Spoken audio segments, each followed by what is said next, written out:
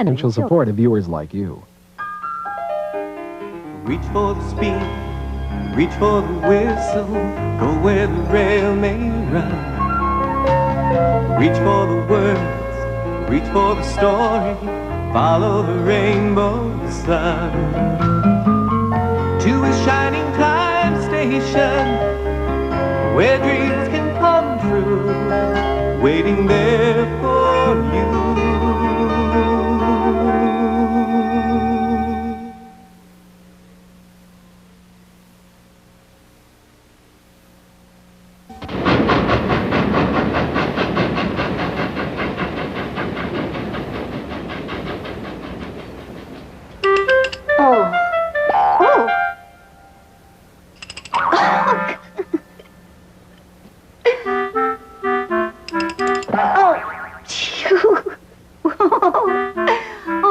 Now that's what I call a broken clock. Schemer, how would you like to help me fix this clock? I can't, Miss Jones. I'm too busy. Busy. Schemer, the passengers will miss the train if they don't know the time. Exactly. And while they're waiting for the next train, they're going to come to my arcade and put the money in my machines. Pretty smart, eh? You really are a scheming schemer. Hey, I got to do what I got to do. And so do I. Miss Jones, by the way, I have right here a brand new antique teapot. It just needs a little bit of polish, and I'm going to sell it to you for $5. Oh, really? That teapot's a mess. All right, $4, but that's my final offer. $3, but that's my final offer. See what you were going to throw it out. There's a hole in the bottom. No.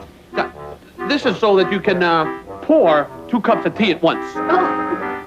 All right, $2. That's my final offer. Jones, I'm going to leave this right here so that you can gaze upon it and change your mind. Matt and Tanya, my 2 favorite children. Hi, Schemer. Oh. Darn shoelaces. Wow, Cece, can I come up there? Oh, no, not so fast, Tanya. I need you to stay down there and watch that the ladder doesn't slip. Hey, Matt, could you get me that big screwdriver in the toolbox? Okay. Thank you. What's wrong with it? It's broken. Watch this.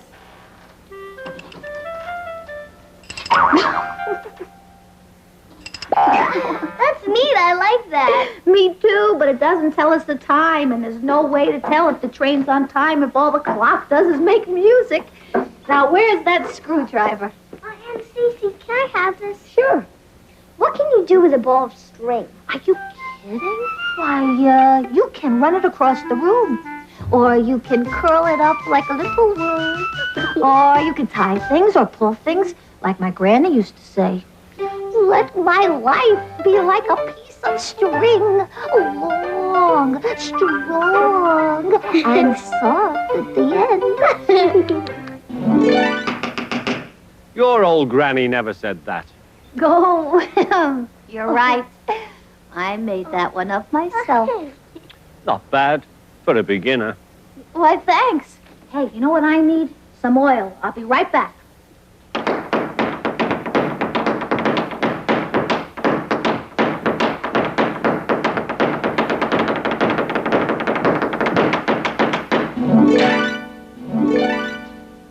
Did you really know Aunt Stacy's grandmother? Once upon a time, a long time ago, Stacy's granny used to run this station. That's when I met her. Why, she could tell you which train was coming just by its whistle.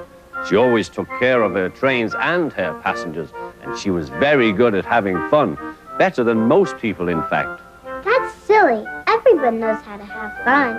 That's not true, Tanya. Do you mind if I call you Tanya Lasagna? Good. No, you see, everybody likes to have fun, but not everybody knows how to go about it. Stacy does, and so did her grandmother. What'd she do with string? Why, she used to play cat's cradle all of the time. Oh, I know how to do that. Who'd you used to play with? Who else? Your Aunt Stacy. Help, I'm stuck. Wait a minute. Thanks. Well done, Matt. It makes you feel good when you help someone out, doesn't it? Over on the island of Sodor, the engines all say it makes you feel really useful. Well, you'll see what I mean.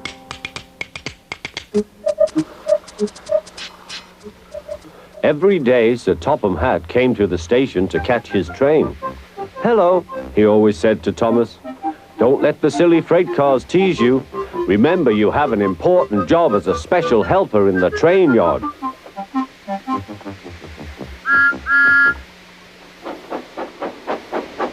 There were lots of freight cars, and Thomas worked very hard pushing and pulling them into place.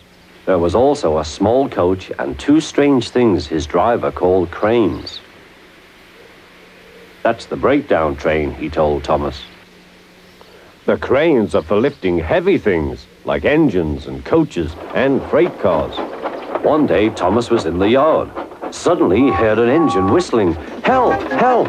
A freight train came rushing through, much too fast. The engine was James, and he was frightened. His brake blocks were on fire.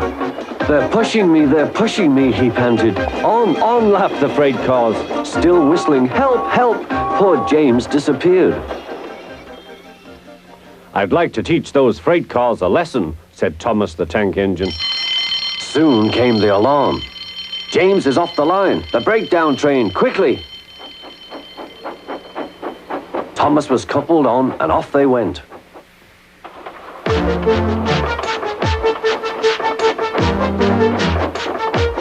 Thomas worked his hardest. "Hurry, hurry, hurry," he puffed. He wasn't pretending to be like Gordon. He really meant it. "Bother those freight cars and their tricks. I hope poor James isn't hurt."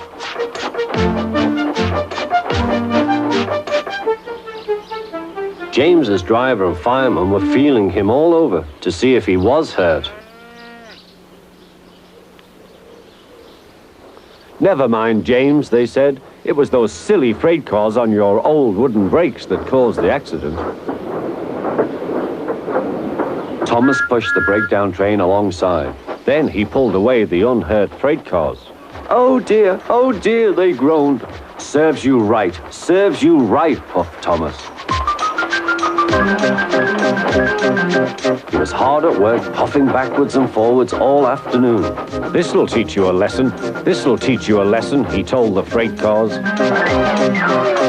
And they answered, "Yes, it will, yes, it will."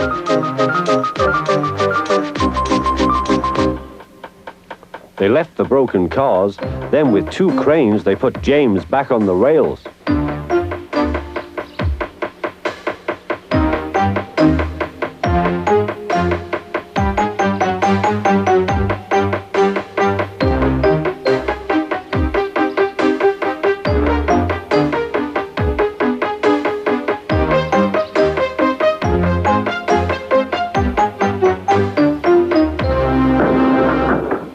He tried to move, but he couldn't, so Thomas helped him back to the shed.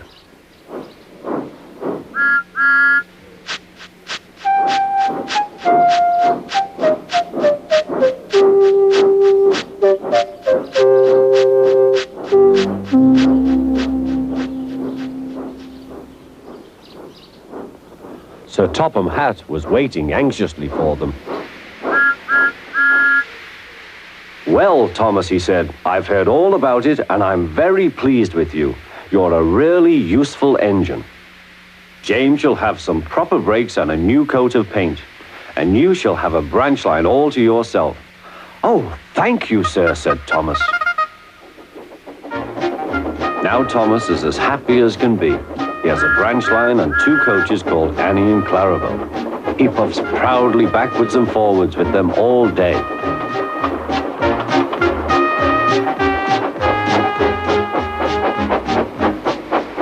He is never lonely.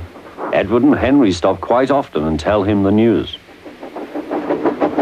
Gordon is always in a hurry, but never forgets to say poop poop, and Thomas always whistles peep peep in return. I bet Thomas felt really important when he was pulling the breakdown train. Oh no, he was worried about James. He wanted to help him. I wish there was someone who would help us figure out what to do with the rest of the string. You'll have to help each other with that, I'm afraid. Now, please excuse me for a minute. There's my house. I must go in it. It's time to share a carrot with my parrot. And my spaghetti needs stretching. Oh, wait a minute. Aunt Stacy wanted to show me how to make flowers out of string. Flowers out of string? I'll show you.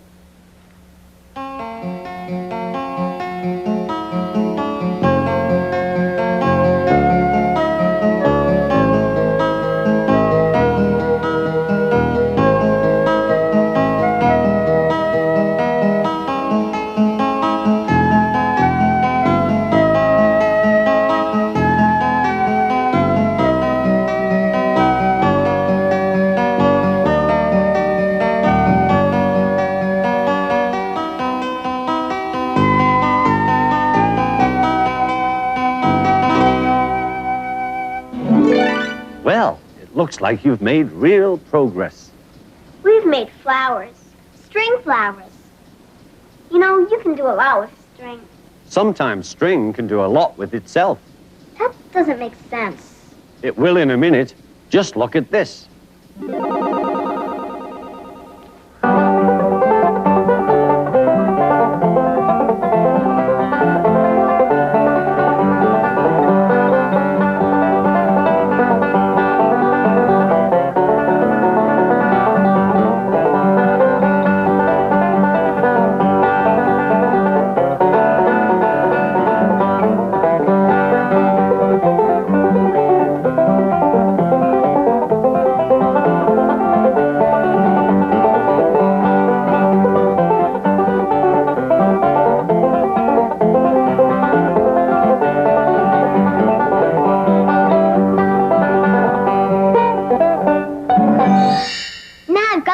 Ideas for our string.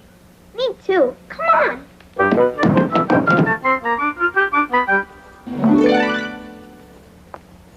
I've been thinking of this song all morning. Woke up with it in my head. Can't get it out.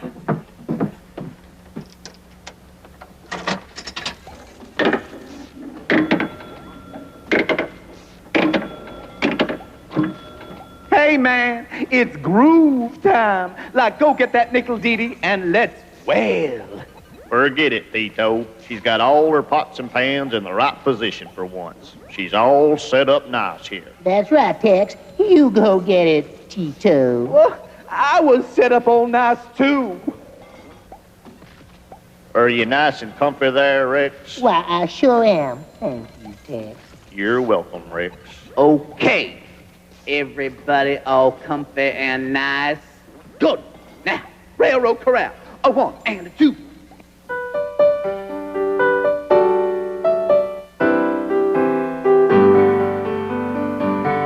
We are up in the morning, ere dawning of day, and the grub wagon's busy, and flapjacks in play, while the herd is astir over hillside and swale, with the night riders rounding them into the trail.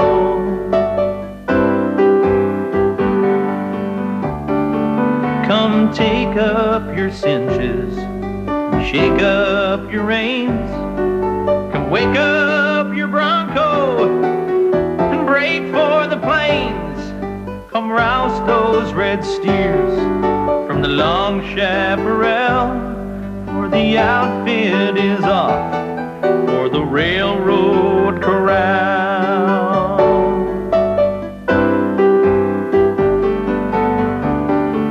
But the longest of days must reach evening at last, when the hills are all climbed, the creeks are all passed, and the tired herd droops in the yellowing light. Let them loaf if they will, for the railroad's in sight. Goodbye to the steers, the long chaparral, for it's all in the drive to the railroad corral.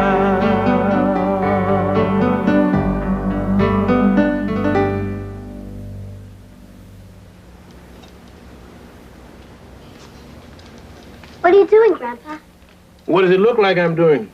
Trying to fix this sign. The chain broke. What kind of sign is it? It's a sign for the ticket booth. Your Aunt Stacy said it was here when the station first opened a long time ago. What's all that stuff? Solder. It's supposed to fix the chain, but it's not working. Maybe it'll work this time.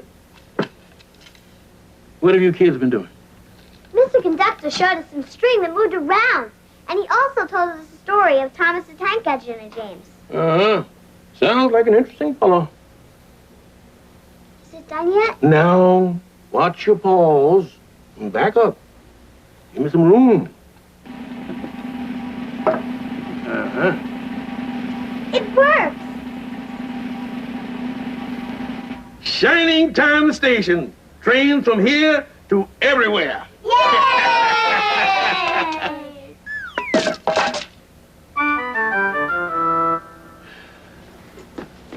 Harry? Maybe you could use this. What is this? String? I've been thinking too much about solder. String. That's the ticket.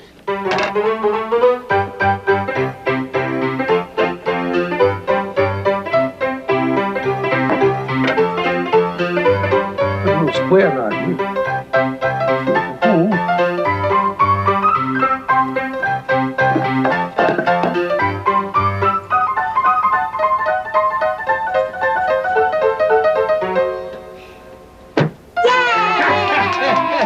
Yeah. Well, kids, I want to thank you very much. It was a heck of a good idea. Big help. See you later, Grandpa.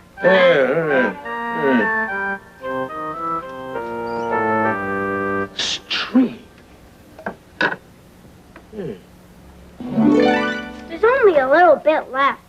Let's do something really special with it. Ma, you have been busy.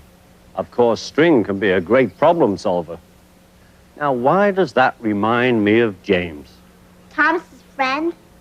The train? You can't fix the train with string. I didn't say you could. Good, because you can't. It was a shoelace A shoelace? and a newspaper. Really? Really, they're very clever on the island of Sodor. Almost as clever as your grandpa, Miss Tanya Lasagna. Let me show you.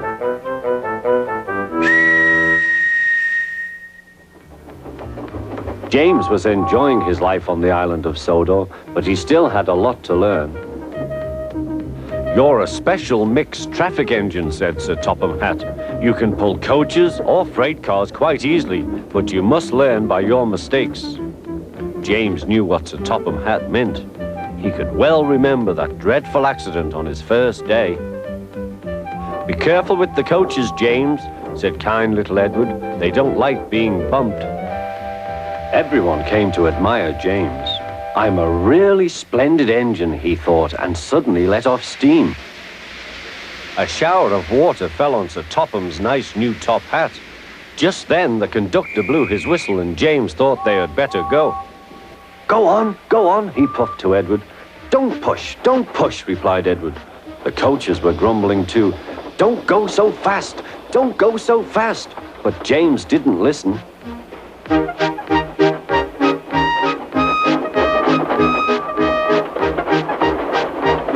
When at last they stopped at the next station, 2 coaches were beyond the platform. They had to go back to let the passengers out. But no one seemed to know about Sir Topham's new hat, so James felt happier. Presently, they came to the station where Thomas was waiting with his 2 coaches. Hello, James, said Thomas. Feeling better? That's right. Oh, that's my conductor's whistle. I must go. I don't know what Sir Topham Hatt would do without me to run this branch line. And he puffed off importantly. Edward and James passed the field where James had had his accident. The fence was mended and the cows were back again.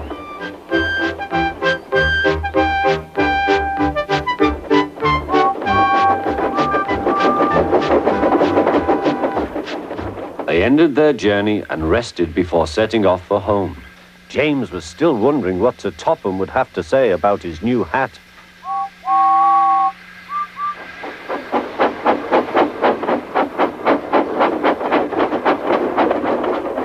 Next morning, he spoke severely to James. "If you can't behave, I shall take away your red coat and have you painted blue." James didn't like that at all. He was very rough with the grumbling coaches as he brought them to the platform. "Don't talk, come on," he called to them. "Gordon never has to fetch his own coaches," he thought to himself, "and he's only painted blue." To make James even more cross, this time no one came near him. "I'll show them," he thought. "They think Gordon is the only engine who can pull coaches."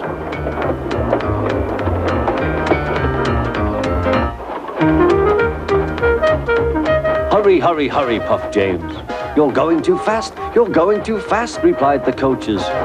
James laughed and tried to go faster, but the coaches wouldn't let him. "We're going to stop," they said.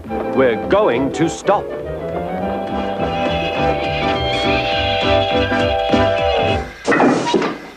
"What's the matter?" James asked his driver. "The brakes are hard on. Leak in the pipe, most likely. You've banged the coaches enough to make a leak in anything." "How shall we mend it?" said the conductor. "We'll do it with newspaper and a leather bootlace," replied the driver. "Well, where is the bootlace coming from?" asked the conductor. "Ask the passengers," said the driver. "You have a leather bootlace there, I see, sir," said the conductor to a smartly dressed man. "Please give it to me." "I won't," said the man. "Then," said the conductor, "I'm afraid the train will just stop where it is." The passengers all said what a bad railway it was. Then they told the man how bad he was instead. Everyone was very cross. At last he handed his laces over. The driver tied a pad of newspaper tightly round the hole in the brake pipe, and James was able to pull the train.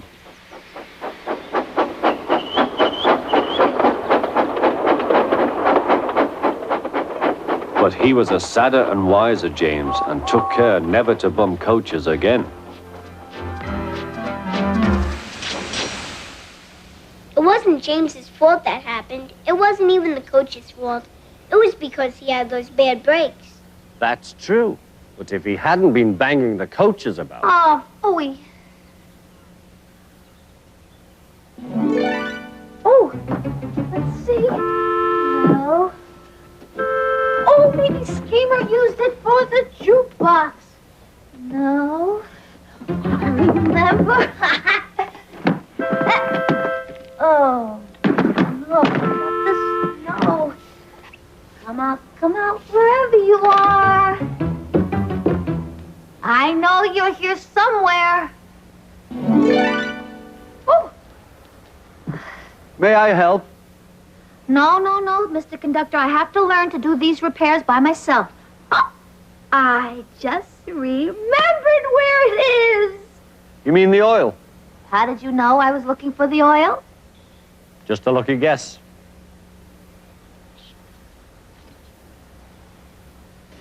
Sorry, wrong trunk.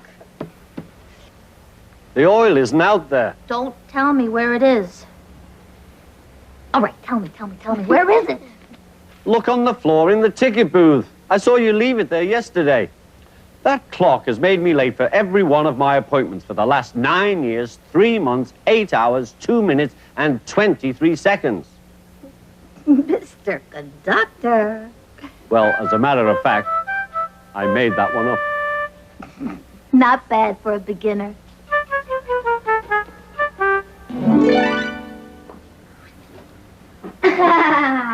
Got it. 1,000 thanks. 1,000,000 you're welcomes. Miss Jones, oh, Miss Jones. So long, Mr. Conductor. You're losing your marbles, kiddo. Talking to furniture? Very bad sign. Oh, it's you, Schemer. That's right, the one and only. Oh, Oh, these darn shoelaces. why don't you try tying them? Can't, too busy.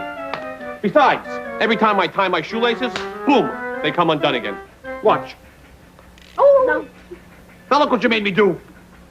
What is the sense of tying your shoelaces when they break off right in your hand? You know what? I do not need shoelaces.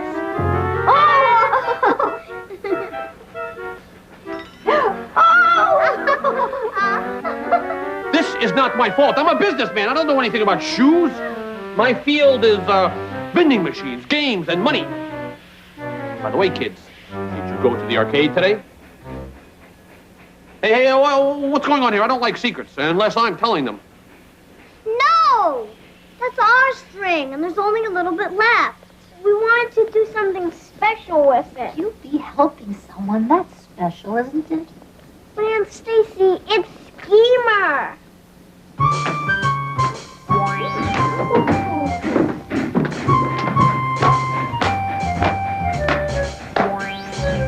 When's the next train to Lucky Lake? In 20 minutes. 20 minutes. Hey, look, she's not wearing any shoes. See, some people know how to live. Oh, kids, why don't you give Schemer the string? He'll be grumbling about his shoes forever.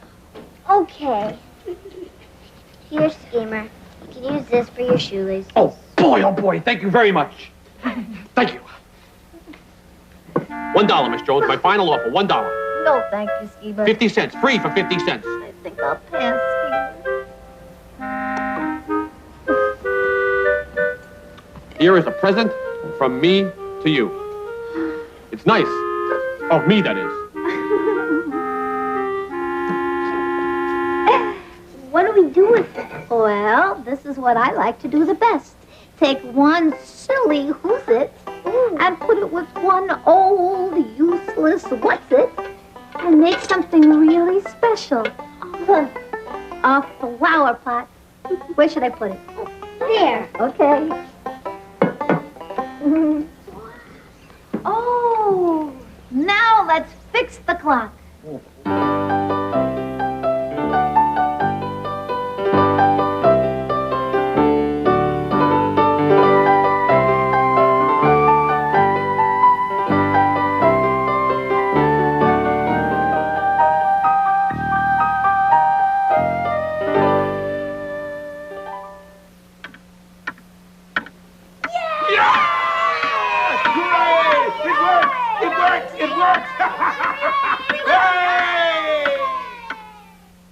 Reach for the speed, reach for the whistle, go where the rail may run. Reach for the words, reach for the story, follow the rainbow sun.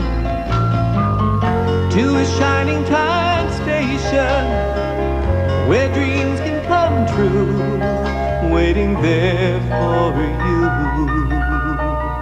So much to see, so far to travel, so much to learn to know. Friends by your side, hopes to hold on to, who knows how far you'll go. To a shining time station, where dreams can come true. Your own imagination waiting there for you. Funding for this program was provided in part by the Corporation for Public Broadcasting.